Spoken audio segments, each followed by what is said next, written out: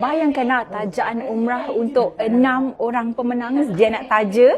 So untuk akak abang sambil beli sambil menang. Jadi tahun ni jom kita hias rumah dengan sesuatu yang bermanfaat untuk yang rumah baru lepas renovation rumah ataupun nak remake rumah untuk raya tahun 2026.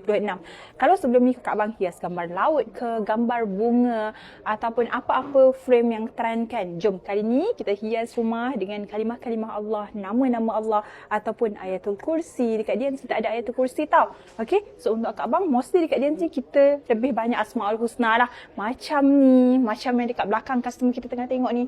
Dan kalau datang galeri, kakak abang jangan risau sebab kita ada sediakan free consultation. So untuk kakak abang yang baru je siap rumah tu, datang sini, bawa gambar dan ukuran setiap ruangan supaya tak tersalah pilih. Okey, kita memang takkan biarkan kakak abang main beli je sebab kita nak kakak abang puas hati.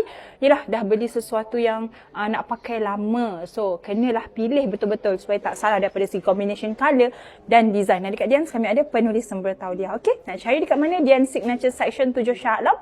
Penuhi rumah dengan kalimah apa-apa Allah nombor 1.